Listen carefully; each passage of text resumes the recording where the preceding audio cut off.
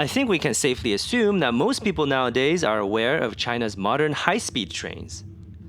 But in recent years, the country's conventional rail has seen significant improvements as well. So, where do you think China's fastest conventional train runs? Beijing? Shanghai? Maybe Shenzhen or Chengdu? The answer is none of the above.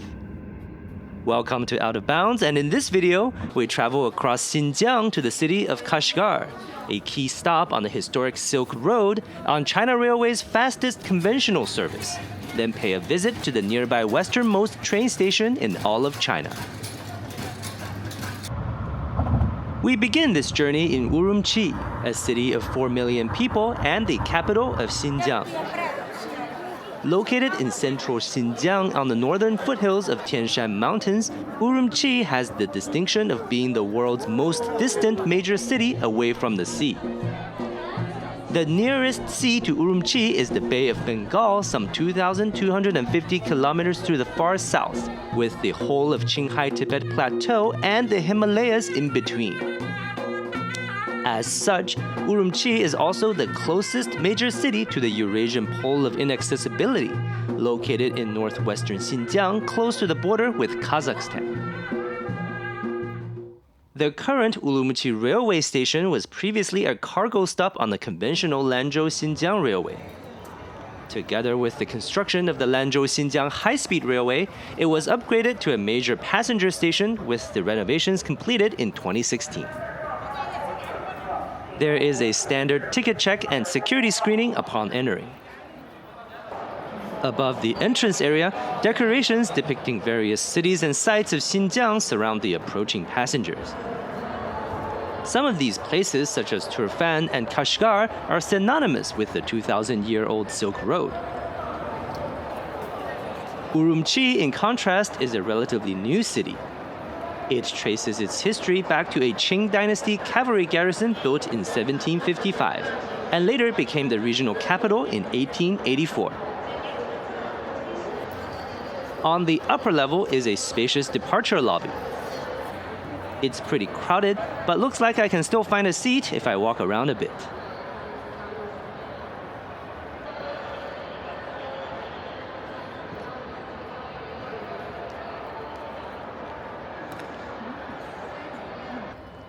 Many restaurants are located on the mezzanine level.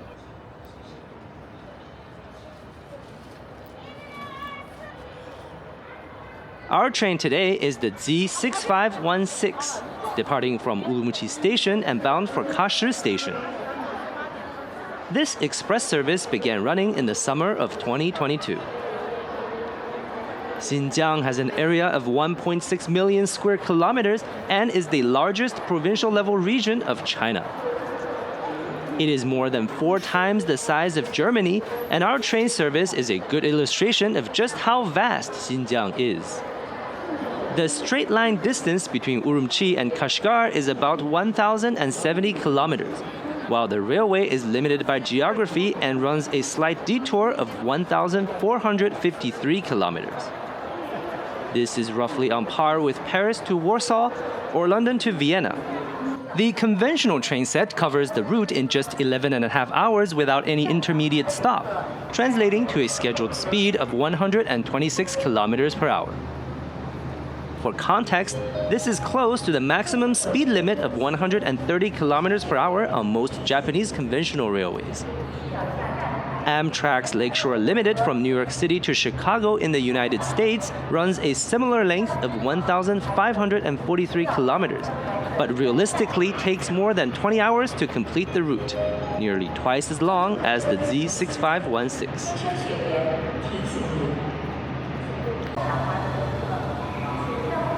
As we're boarding, on platform 2, the Z136 from Urumqi to Guangzhou Baiyun is slowly rolling out of the station. At 4,583 kilometers long, its route is the second longest among all regularly scheduled passenger trains in China, behind only the Z264 between Guangzhou and Lhasa, which we have previously featured on this channel. This Hexie D1D electric locomotive from Urumqi Bureau will haul us through the night. The 9,700 horsepower unit runs on 25 kilovolt 50 Hz AC power and is capable of 160 kilometers per hour in commercial service. The rest of the train consists of mainly Type 25T cars, a relatively new series of conventional train carriages introduced into service in the 2000s. These initially had white and blue liveries, but were all painted green after 2013. This train only has sleeper carriages. I got a soft sleeper lower berth, which cost 497.5 Chinese yuan. The soft sleeper is arranged as 4-bed compartments. The interior is clean and comfortable. Bedding is initially folded and placed on the upper bunks. There is a charging port under the table. And of course, the personal reading lights are working fine. You can use the hook and bar for small items, while larger luggage can go under the lower bunk or above the door. It's still a few minutes before departure, so let's have a quick look around.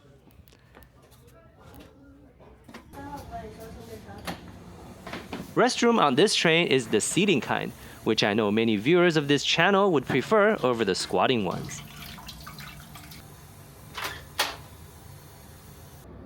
There is also a separate washroom with 3 sinks. This one is clean and well stocked as well. And how can we miss the hot water dispenser? We'll be coming back here in a bit. At 2040, the Z6516 departs Urumqi Station on time.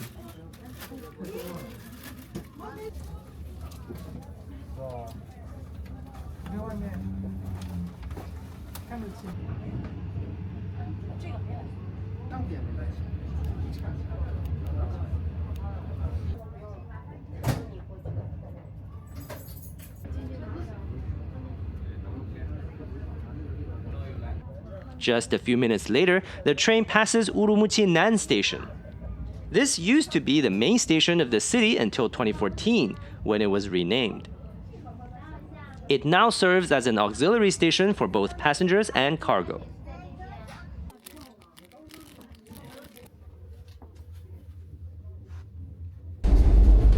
In addition to being a sleeper-only express, this train also has a lounge car, which, as far as I know, is pretty rare in China Railway.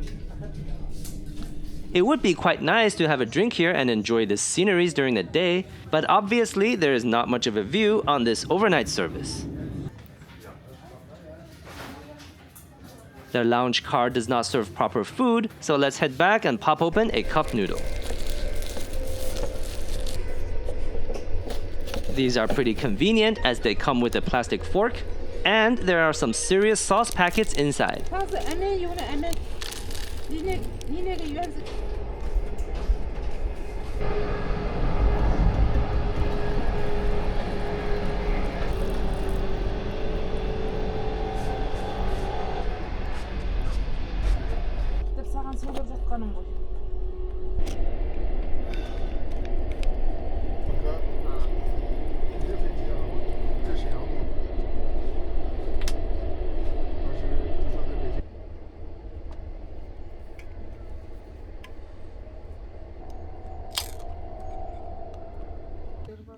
A bit more than an hour after departure, we come to a long technical stop near Daheyan Station. We have crossed onto the south side of Tian Shan, the massive mountain range running 2,500 kilometers across Xinjiang and into the Central Asian countries. Our train had been going southeast up until here, but would now change direction and head west. At 2222, we start moving again and reverse onto the line to Kashgar. A bit after 2300, our train passes Uyargo Station. A secondary rail line splits from this station. It is supposedly known for beautiful sceneries along the route, but after 2015, passenger trains no longer use it.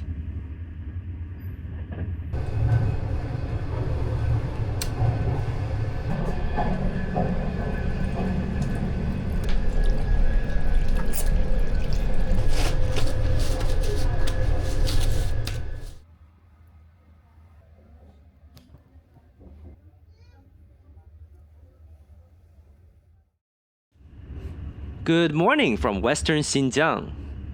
We're approaching the city of Kashgar shortly after 7 o'clock, but you can't tell that by looking out the window. As China famously uses one single time zone across its entire territory, the local astronomical or solar time here is about 3 hours behind the official Beijing time based on UTC +8. There is an unofficial Xinjiang time, which is a 2-hour offset from Beijing time, but even that would still be 1 hour ahead of the solar time in Kashgar. The train is passing Atushi Station, 36 kilometers east of Kashgar. West of Artush, there is an enormous stone arch known as the Sky Portal locally, or Shipton's Arch in English, after mountaineer Eric Shipton. At approximately 500 meters in height, it is often considered the tallest natural arch in the world.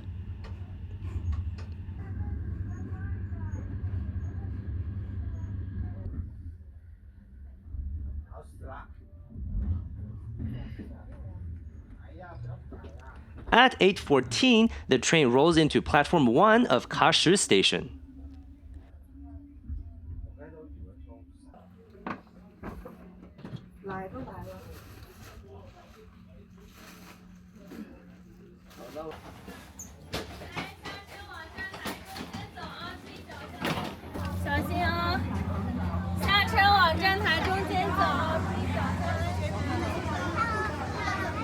The sky is just beginning to dawn as I step off onto the platform full of excited travelers.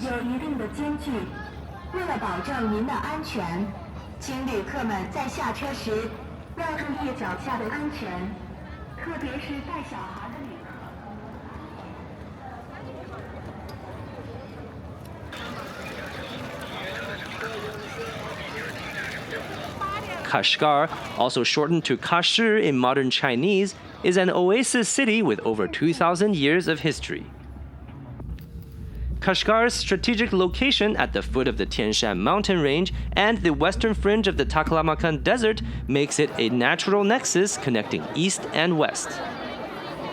The northern and southern routes of the Silk Road from central China converge here.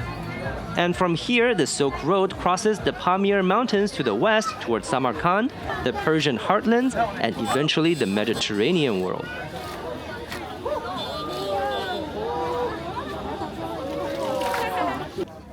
The city also lies 200 kilometers north of Tashkurgan, through which Buddhism entered China via the Wakhan Corridor. The earliest historical records of Kashgar comes from Chinese explorations of the Silk Road during the Han Dynasty. After defeating Xiongnu to the north and Dayuan in Fergana Valley decades earlier, the Han Dynasty established the Western Region's Protectorate in 60 BCE, incorporating Kashgar, then known as Shule, into the empire. Later, the Tang Dynasty would establish the Anxi Protectorate in 640 CE in modern-day Xinjiang, with Shule as one of the 4 main military garrisons. However, much of the Tang military garrison in the western regions would be redeployed east to fight in the Anlushan Rebellion that began in 755, and Tang presence in Xinjiang would disappear by the end of the century. Around mid-9th century, predecessors of the modern Uyghur people migrated from the Mongolian plateau to the western regions, establishing a number of regimes. One of them, the Karakhanid Khanate, adopted Islam in 932 via contact with the Persian Samanid Empire, initiating the history of Islam in the western regions. Kashgar would serve as a Karakhanid capital from 1130 to 1211.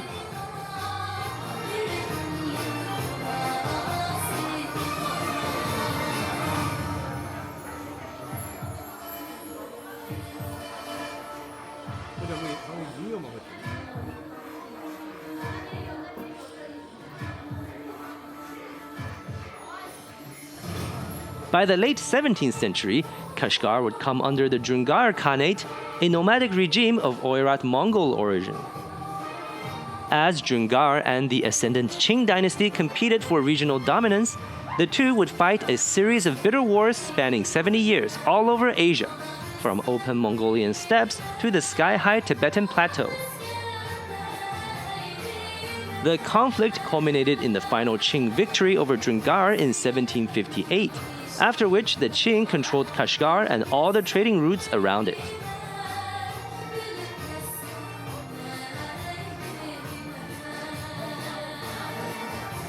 After a century of relative peace in Xinjiang, the Qing would falter under a litany of internal and external crises.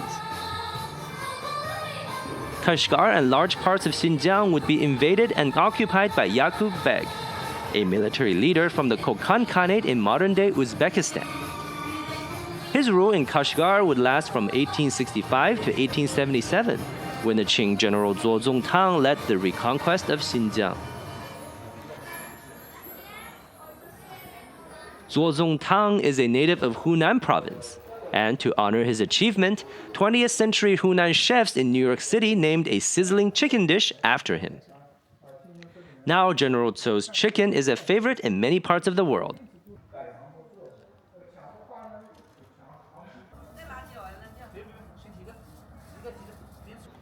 Today, Kashgar remains centered around trade and commerce. The city of around 800,000 residents hosts many large markets and bazaars that attract visitors from near and far. This connectivity in turn spurs growth in areas such as logistics, manufacturing, and tourism. The bustling old town of Kashgar still maintains a vibrant multicultural atmosphere, making it a fascinating destination. After spending some time in Kashgar, we return to the train station for the short hop to Aketao County, where China Railway's Westernmost station is located. In front of Kashgar Station, there is a replica of the Flying Horse, the original of which is a bronze statue from 2nd century BCE. Unearthed in 1969, it is now a national treasure of international fame.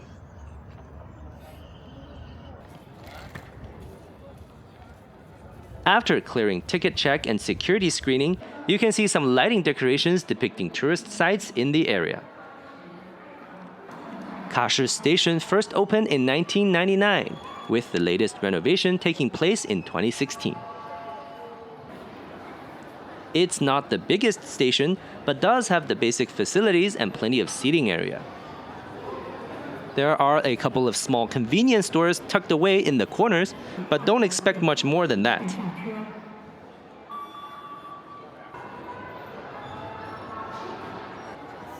The train we're taking today is the China Railway 7557 service, originating in Urumqi and bound for Hetian in southern Xinjiang. This is a slow local train calling at 20 intermediate stops along its 1,996-kilometer route. The train rolled into Platform 1 a bit after 1600, and boarding started soon after.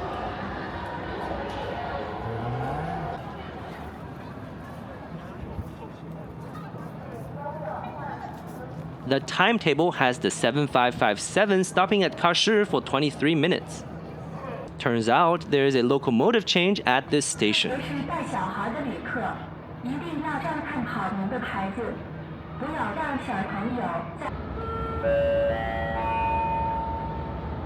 坐着火车游西郊，天山雪莲提醒您。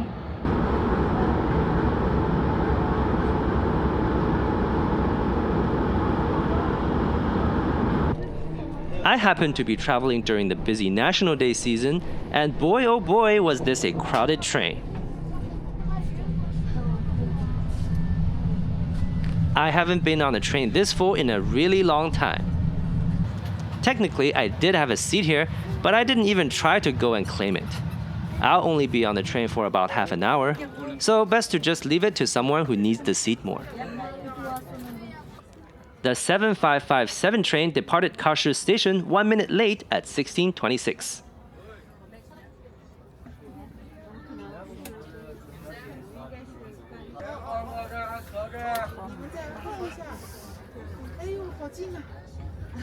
On the outskirts of the city, there are some traditional houses near the tracks. These buildings are made of earth and supported by pillars and beams made from local poplar trees. They may look modest, but are in fact well suited to local climate, and some last for generations. At 1634, we crossed the Kashgar River. Originating in the Pamir Mountains, the Kashgar River flows for about 1,000 kilometers through western Xinjiang.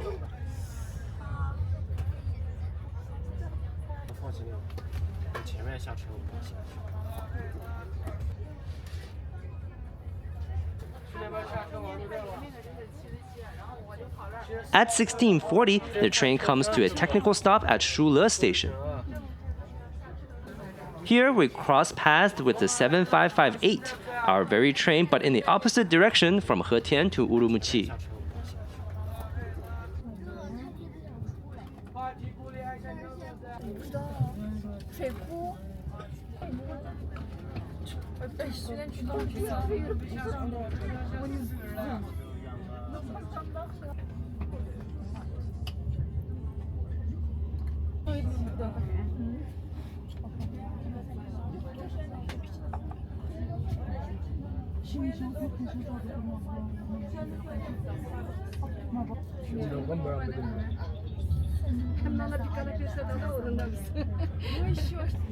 We passed the westernmost railway tracks in the entire China railway network just before 1700. And very shortly after, the train rolls into Aketao Station, the westernmost train station in all of China. Aketao Station has not held the title for long, as the station only opened in 2011 together with the railway to Hotan.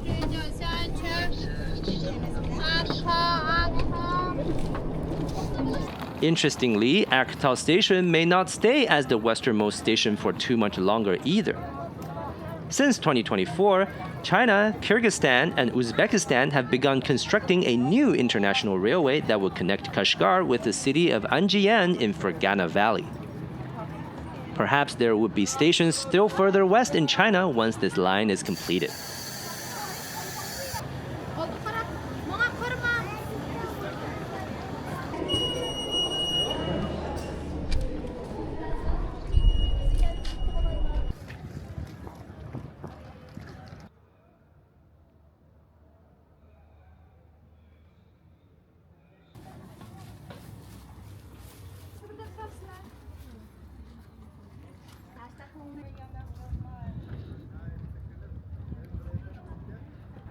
Within walking distance from Aketao Station, there is a small riverside park built around a former Qing-era fort.